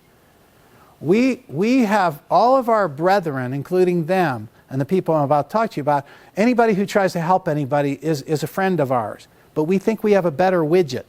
Okay? The next step and medicinal intervention occurred in methadone. Does anybody know the origins of methadone? World War II, right? Nazi Germany. I'm not saying methadone is made by Nazis or anything crazy like that. I'm merely saying it is a narcotic. Doctor, is a narcotic an exo? Yes. Very much so. So anything that's narcotic is an exo. It has that same cyclic effect. The next attempt, anybody have a methadone clinic near them? Ever go past one? And you see people lined up? They give it usually in daily doses because it's so addictive and it's so powerful that many times somebody won't even take it. They'll sell it on the street. So they take it sometimes and sell it saliva and all. Okay? Yeah. Some of our policymakers, our lawmakers who are struggling, again, we all live in a world where we have so much information, everything's hidden in plain sight. Everybody always, when you're done here, you're going to say, I can't, but you're going to say, I don't believe any of that because I never heard of it. Well, it's shame on you because you never, if I never heard of it is the litmus test on what's real and what's true, then you're in for a really disappointing, unknowledgeable existence, okay? So all of our lawmakers, welfare laws are structured such that if a methadone person who's going to get their daily dose, now who's going to hold the job with that, right? Anyway, maybe you can. You get your daily dose, you take it, you don't sell it saliva and all, but you got to go back in 24 hours because you're going to start to withdraw again, and it's very addictive. It's a narcotic, okay? The next attempt was a cousin of the narcotic methadone, and that is Suboxone buprenorphine. Anybody ever hear of that? Again, it's prescribed. We have this feeling that, oh, if it's prescribed, it's okay then. Okay, it's prescribed. And it, again, blunts the cravings, but you are still very drug dependent. You are still very, they call it, by the way, the industry people, the doctors, and I'm look up to them, they call that a dependency. It's not an addiction. It's stepped down, but it's still a dependency, okay? Now, I'm going to show you, and I don't want to keep on turning lights off and on because they might not come back on, okay? Somebody will say, anyway, the next thing I'm going to show you is the partial agonist, and they're going to show you how the methadone and the Suboxone work, and then they're going to take you into withdrawal and show you how withdrawal works. And then we're going to be ready to tell you about a solution, Doc. Okay? All right. So can we douse the lights there? What you're about to see now is a treatment that is not a narcotic. It is total abstinence. It is not a controlled schedule drug. It's not addicting. Okay? It's the next generation. A person who takes Vivitrol, and the first experience I had with Vivitrol was years before, 18 years ago, we had a substance called Revia. It was naltrexone by tablet. It worked for 24 hours. Years later, the doctor I was working with, the doctor I was collaborating with, told me, Angela, this is so cool, they have a shot now. And the shot is by Alkermes. It's called Vivitrol, but it's naltrexone, and it's injected, and for 30 days, the person couldn't get high on opiates or alcohol. I could pour a gallon of whiskey in somebody, I could inject heroin directly into their blood, and their body is not going to get the reward that goes with it, the reason why they want to continue to use this drug. Now, when I show a judge that, it's a total different story. I just have to have a cut and paste order, which I have, that we give to the judge. He makes it a probationary order that the guy has to show he's taking his shot every month until he's no longer necessary, okay? So this is going to show you, and I'm not going to let you see the whole thing, but I just want to show you what Vivitrol does. MAT necessarily is not better than all talk therapy. MAT is better than talk therapy, but we are not advocating the methadone MAT or the Suboxone MAT. Why? Because they are narcotics, right? The narcotics we showed you go to the receptors. And even if it is methadone by prescription and even if it's Suboxone by prescription, it's still an agonist. It's a partial agonist. It's going to stimulate an opiate reaction. It's not going to get you high. It's going to keep you from going into withdrawal, but you're still very dependent. Now, the one you just saw was the naltrexone, which is not a Schedule II drug. It is not addicting. It is not needs approval for anything. It can be naltrexone by injection. It could be naltrexone by implant. It can go surgically into the skin and last for a year or so. Or it could be a daily tablet. So now when I step in my 570 rule, and let's go back to Loeffler again now. I'm in my 570 conference, and I know the judge wants to get paid and the prosecutor wants to get paid, and they want to make sure nobody gets killed by a drunk, impaired driver. And I show them this, and I tell them I have a cut and paste order, which we do, by the way. These are all forms we have. I go in front of a court, and I ask the court reporter for the codes for my phone. When my doctor friends here send me a one-page prescription, I attach that to a probationary court order, and if that person takes that medication, he or she cannot get high on opiates or alcohol for a solid month. And he keeps on taking that. Now, does that sound like it's interesting, at least? Possibilities, right? This is not theory. We've been doing it for years. Okay. There's a couple warts on this, though. Did you hear the lady with the nice lady with the English accent say that people can't take this unless they have been free from opiates and clean? She showed you that little situation where the Vivitrol will crash with a person still on opiates and precipitate a withdrawal. Okay? That's not pleasant. So 2 things were wrong with Vivitrol. One is you must have counseling. You have to have counseling. You have to have counseling. You have to have counseling. All that talk therapy, remember the talk therapy? Well, that's still very good because a human being is still a human being, and that we still need to talk to them and counsel them. But we now have the blockade, but remember, what's the big problem? You can't take it, what? Unless you've been clean. Okay? So the body has to metabolize the opiates, and I have 2 of my doctors here now, and I was going to allow you to pass the football here to you and Joe, and you guys could tell them what's going on and prevents them from ever getting the Vivitrol. I want you to imagine that Vivitrol is second base, and I want you to imagine that our patient, client, defendant is up to the plate. And if he hits the ball, he's not allowed to run over top the pitcher's mound and go to second base. So, gentlemen, can you come on up now? Joe's here? Okay, we got 2 microphones for you, I think, right? You got one? Joe, here's one for you. We got a microphone. Remember, the other day you told me we should show them what the Vivitrol looks like? We just did. Okay. Sorry, I'm late. That's okay. You're not late. It's You're Dr. fashionably DeFrancesco. late. Tell them who you are, please. I'm Joe DeFrancesco. I practice in Pittsburgh. My area of specialty is oral and maxillofacial surgery, and we do, obviously, in surgery, as Jim perhaps has done in the past, prescribe narcotics because of the treatments that we provide. And I don't know, Angela, if you mentioned anything, but I came on board because I think this is the answer to something that has not been around for a period of time. And personally, when I speak with, is this on? Yep. Okay. When I speak Doc, to, Doc, you have to speak up because you don't have a PA system here, but it's on for the video. Okay. So you definitely need to talk into it. okay, just a personal aside, when I speak to some patients and we find out that they're on Suboxone or methadone, and you ask them about it, and the first thing they say when you bring up the bridge and some of the counseling is, why isn't anyone telling me about it, and why am I on Suboxone or methadone? Because I just seen that I can't get off of it. And that's what we're going to allude to. He mentioned the bridge. Now, we've not talked about that yet. The toughest thing that we see with these patients, and we've all seen it, they start to go through withdrawal. They get the anxiety, they get the pain, they get the nausea, they get the diarrhea, they get the sweating. What they see is that, hey, listen, I can't do this. I'm just going to pop a pill and get rid of this. They stop it. They don't have the courage to do it because there's nothing in their lives that's ever shown them that they can withdraw from these things to be able to do something.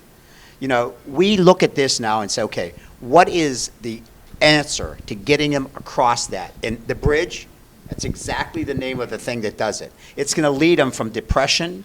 It's going to lead them from not thinking their life is anything across that threshold to take them to the level that they now can do it. The bridge is an electronic device that is placed behind the ear. And what it does, it looks like a hearing aid. 3 little leads are placed underneath the skin. Doctor, they have a card we You passed can out. look at the that's- card. Yeah. You can see it. What it does basically is stimulate an electronic response to the brain, to the amygdala and those areas that we talked about. And what it does then is it shuts down those areas of the brain that tell you that you're nauseous. Shuts down the anxiety area of the brain. It shuts down those areas. After 20 minutes with this on, after 20 minutes, 67% of the symptoms, what we call the COWS score, is gone. The COWS score is what the patient evaluates them. Do you have diarrhea? Do you have nausea? Is your nose running? Do you have anxiety? After 30 minutes, 80%. After 1 hour, 85% of the symptoms that they normally went through are gone. They look at this now and say, I've tried this before, it didn't work. Oh my God, this is the light at the end of the tunnel. Maybe this is what I need to do to help me get across this and do this. It's left on for 5 days. You can take a shower, you can go to the movie if you want to do it. It just sits behind the ear. And it continually gives a stimulation to the brain to shut that down. And after 5 days, 97% of the symptoms of withdrawal are gone. And doing that, what they've shown is 88.8% of people have gone through the entire process of the MAT that Angelo talked about, the medically assisted treatment.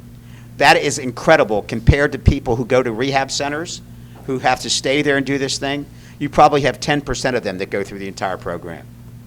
So what we do basically is an entire program, a 3-legged program that Joe and I can talk about. We're going to look at this and say, hey, we know you're going through this right now, okay? This is the thing that's going to give them the hope. Most of these people give up and think, hey, I'm impossible. Well, no, we look at them and say, the word impossible says I'm possible, and you can do this. Because now we'll get you over the hump. We'll get you over the feelings that you had that you didn't want to have, and this is why you didn't stop. We're going to do the counseling that's going to show you how you can release your own endorphins in your body. We're going to do an assessment of you before we start this, because we want people coming on board who are willing to put their heart and soul into this. You know, we talked about this before. Be a warrior, not a warrior. Let's be somebody who's going to go out there and kick this in the butt, and we'll be with you and help you. Just don't sit there and say, I can't do this. So what we do is we put together this whole program. You've seen this. We take you across the withdrawal. We do toxicology screening if we need to be able to make sure you're off the drugs, because we don't want the side effects that this can cause. We do another types of tests that we can do with you. And we sit there and take you across the bridge. We take you to that next level that you think you can now accomplish anything in the world. We then take you with the counseling and say, hey, listen, what's the problem? What is causing this? Is it psychological? Is it a family problem? Let's walk you through this to be able to do this. And then we enter with the Vivitrol that you just seen. The Vivitrol is the only thing that is a blockade. In other words, you can take the opioids, you're not getting high anymore. So you're sitting there saying, hey, I have no symptoms, I can't get high anymore. I'm not doing this anymore. It's unlike the methadone and Suboxone that Angelo talked to. So we put together an entire program from day one to day endless, where we can look at you and say, we're going to get you across the withdrawal symptoms, you're going to feel better and think you can do this. We're going to get you counseling that's going to help you psychologically adjust to what you can do with this now. And the other thing we're going to do, we're going to block your brain so you can't get high on these opioids anymore. Down the road, there'll be other things we can add in this. You know, a lot of these people, for instance, who take pain medications, we may have given them a Percocet or a Vicodin.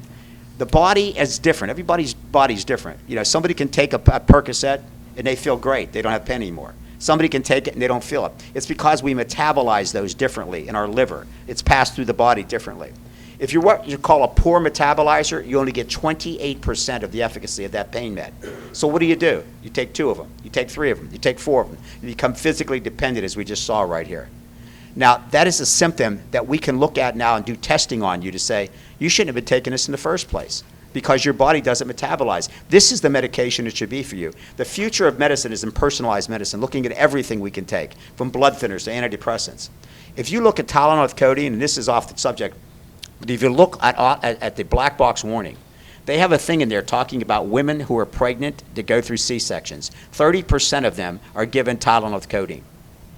They literally have a thing on the black box warning talking about a lady who was a normal metabolizer. She took the Tylenol with codeine, she got constipated. She cut the dose in half. Her baby was what we call an ultra-rapid metabolizer. That means instead of that medicine, easing into the body over 2 or 3 hours, it gets there in 5 minutes. The baby was breastfeeding and died from breastfeeding because of the different metabolizers. They now recommend anybody, and it's on a black box warning, any woman who's getting Tylenol coating after pregnancy should be tested this way to be able to tell you. So these are things we can tell somebody, you got addicted because you shouldn't have taken that medication. Don't ever take it again. If you're off someplace and you got to have surgery, you're in Italy, and you got to have surgery, make sure they don't give that to you anymore. And by the way, your kids, they could have the same gene you do. Let's test them to make sure that they don't have to have this done. They have a hip replacement. They got a knee replacement. Let's test them to do this. These are things we can all add in as we get and gather and do this. So what we're talking about, and I know Joe can add some stuff to this, we've put together the first program in this country that's going to look at everything in the world. How you got addicted, how we can talk you into using your own endorphins to block the withdrawal symptoms that are now holding you back and have held you back for years, and basically block the brain so you can't get high anymore. And we'll stick with you. 1 injection a month, maybe 6 months we do it. Every month, 1 injection. So now after that time, you're going to say, hey, I don't need this stuff anymore. I'm getting high because now I love my kids. I love my sports. I'm doing these things. I'm doing this myself right now, and I'm a person again. As we talked about, some people have perfect eyesight and zero vision. This is a vision for what we can change and what we can do to make life better for so many people. Doctor, I have to interrupt you because I want to direct what we need in the can. And I'm looking at my watch here. I want to recap a couple things, and this is aimed at both of you.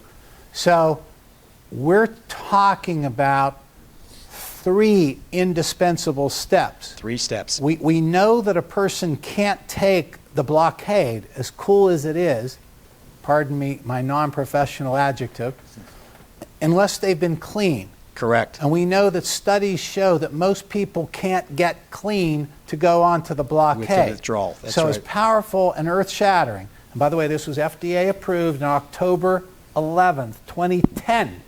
Okay? It was used for years before that, and you never even heard of it, most of you.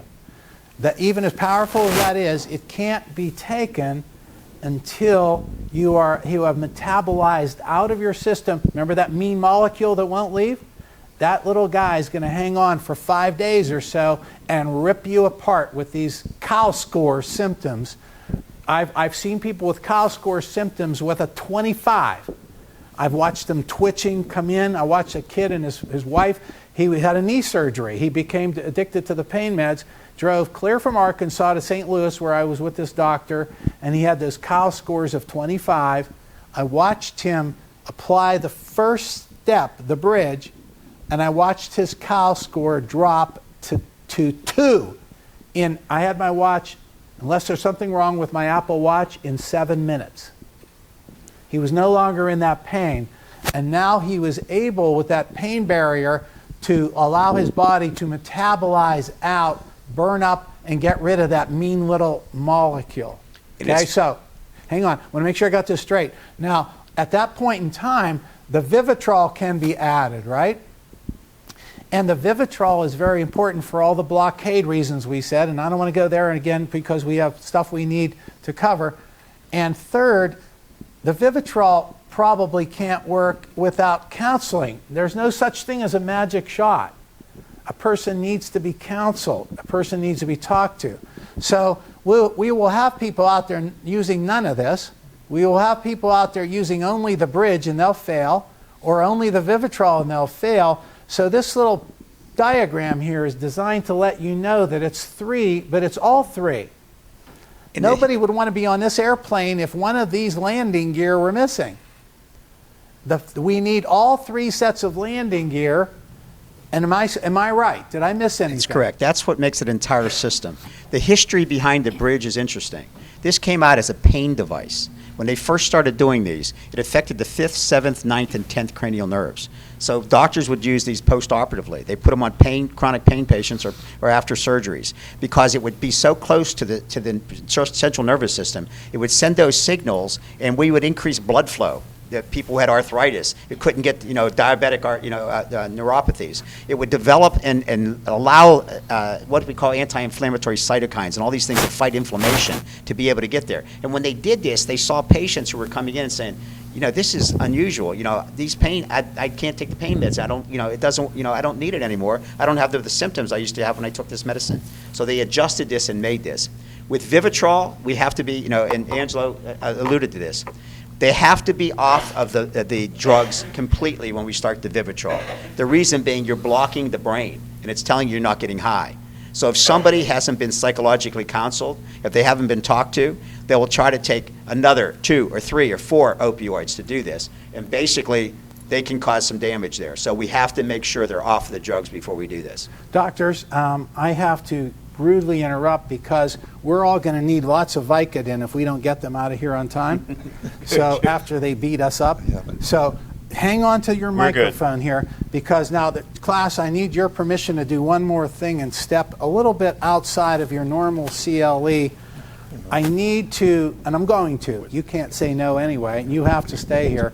I'm going to show you a 28-minute video that is very important. Doctor, colleagues, friends, family, what's the most effective treatment there is known to man, and it's the cheapest? Prevention, right? Where would you prevent people from using drugs? We must have an engaging message for kids. Remember when we started all this, we said we are community leaders. Whether you like it or not, you're a leader. So what I'm about to suggest to you is what we go into schools with and get. It's now a new day. Buford Pusser can't do this anymore. His students will throw him down the steps.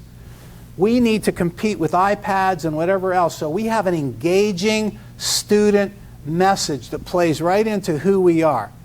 It's nowhere near your criminal law book, but it's right near your heart and your brain, and it's our way of going into the public school and preventing. Absolutely. That's where And it's going to start. proactively raising leaders.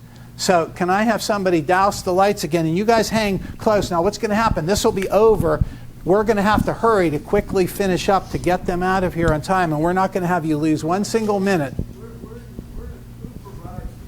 Well, listen, we'll answer all these questions as soon as we're done so that I don't get you and me beat up, okay?